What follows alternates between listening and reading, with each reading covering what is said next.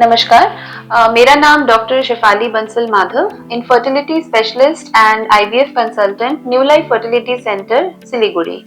आज हम बात करेंगे आईवीएफ में ट्विन प्रेगनेंसी या जुड़वा बच्चे होने की संभावना क्यों होती है और कितने % केसेस में यह संभावना होती है। जुड़वा बच्चे होने के क्या कारण हैं, यह जानने के लिए पहले हमें आईवीएफ की प्रोसीजर को समझना होगा।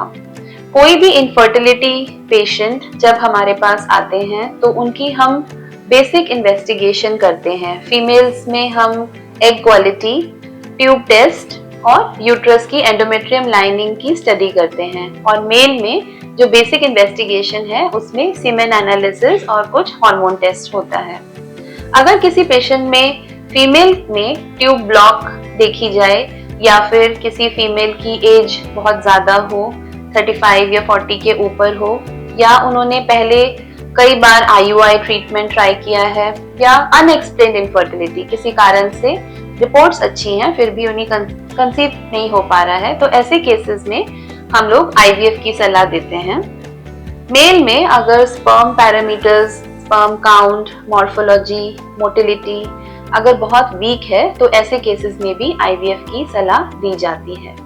आईवीएफ प्रोसीजर में जो फीमेल होती है उसे हम स्टिमुलेशन इंजेक्शन से उनके एग्स को प्रिपेयर करते हैं, और इन एग्स को अल्ट्रासाउंड मॉनिटरिंग या ट्रांसवजाइनल अल्ट्रासाउंड के द्वारा हम चेक करते हैं, उनकी मैच्योरिटी को असेस करते हैं, और उसके बाद उनको एक ovum pickup procedure, small procedure, जिसके द्वारा एग्स को बॉडी से बाहर निकाला जाता है और इन एग्स को हस्बैंड के स्पर्म से लेबोरेटरी में फर्टिलाइज किया जाता है।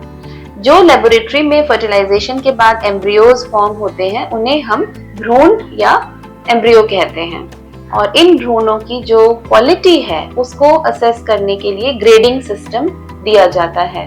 ए ग्रेड, ब्लास्टोसिस्ट एम्ब्रियो में ए ग्रेड या फिर बी ग्रेड या फिर C grade. Usually A grade embryos को हम इम्प्लांट करने की कोशिश करते हैं। सेकेंड फैक्टर है यूट्रस की लाइनिंग। अब एम्ब्रियो तैयार होने के बाद जो यूट्रस है, फीमेल की जो बॉडी है, वहाँ पर जब हम एम्ब्रियो ट्रांसफर करेंगे तो वो जगह एम्ब्रियो को रिसीव करने के लिए कितनी क्षमता है उस जगह में, ये चेक करने के लिए हम ट्रांसवजाइनल अल्ट्रासाउंड से एंडोमेट्रियम लाइनिंग की मॉनिटरिंग करते हैं, या हिस्ट्रोस्कोपी से हम कैविटी को, यूट्राइन कैविटी को देखते हैं। अगर एम्ब्रियो की क्वालिटी बहुत अच्छी है और यूट्रस की एंडोमेट्रियम लाइनिंग की डेवलपमेंट बहुत अच्छी है तो ऐसे केसेस में प्रेगनेंसी आने की संभावना बहुत अच्छी रहती है। अब हम आते हैं हमारे टॉपिक पर, जो है ट्विन प्रेगनेंसी, यानी कि जुड़वा बच्चा होना। यूजुअली किसी भी पेशेंट में एक समय में हम 1 या 2 एम्ब्रियो ट्रांसफर करते हैं।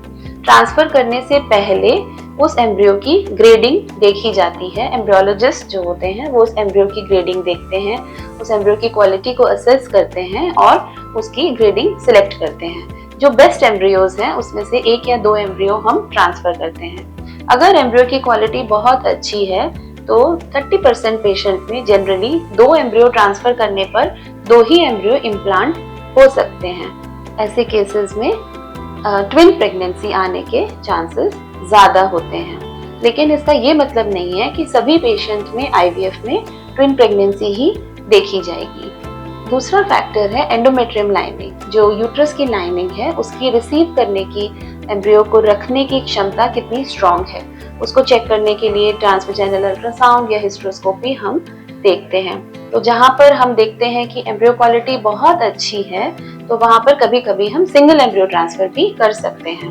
अगर कोई पेशेंट है जिन्हें ट्विन प्रेगनेंसी नहीं चाहिए तो वहाँ पर हम सिंगल एम्ब्रियो ट्रांसफर कर सकते हैं, लेकिन यूजुअली 2 एम्ब्रियो से ज़्यादा एम्ब्रियो हम ट्रांसफर नहीं करते हैं क्योंकि उससे मल्टीपल प्रेगनेंसी आने का रिस्क रहता है। रिमेनिंग एम्ब्रियोज, अगर किसी पेशेंट में एक्स्ट्रा एम्ब्रियोज फॉर्म होते हैं तो ऐसे पेशेंट्स के एक्स्ट्रा एम्ब्रियोज को हम फ्रीज कर सकते हैं, उसे कहते हैं एम्ब्रियो फ्रीजिंग। तो ऐसे पेशेंट्स में जो एक्स्ट्रा एम्ब्रियोज हैं उनको फ्रीज में रखा जाता है, लिक्विड नाइट्रोजन में उन्हें स्टोर कर सकते हैं।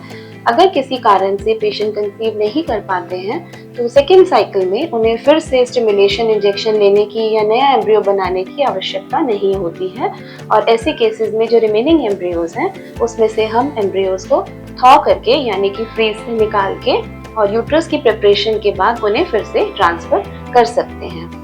नमस्कार।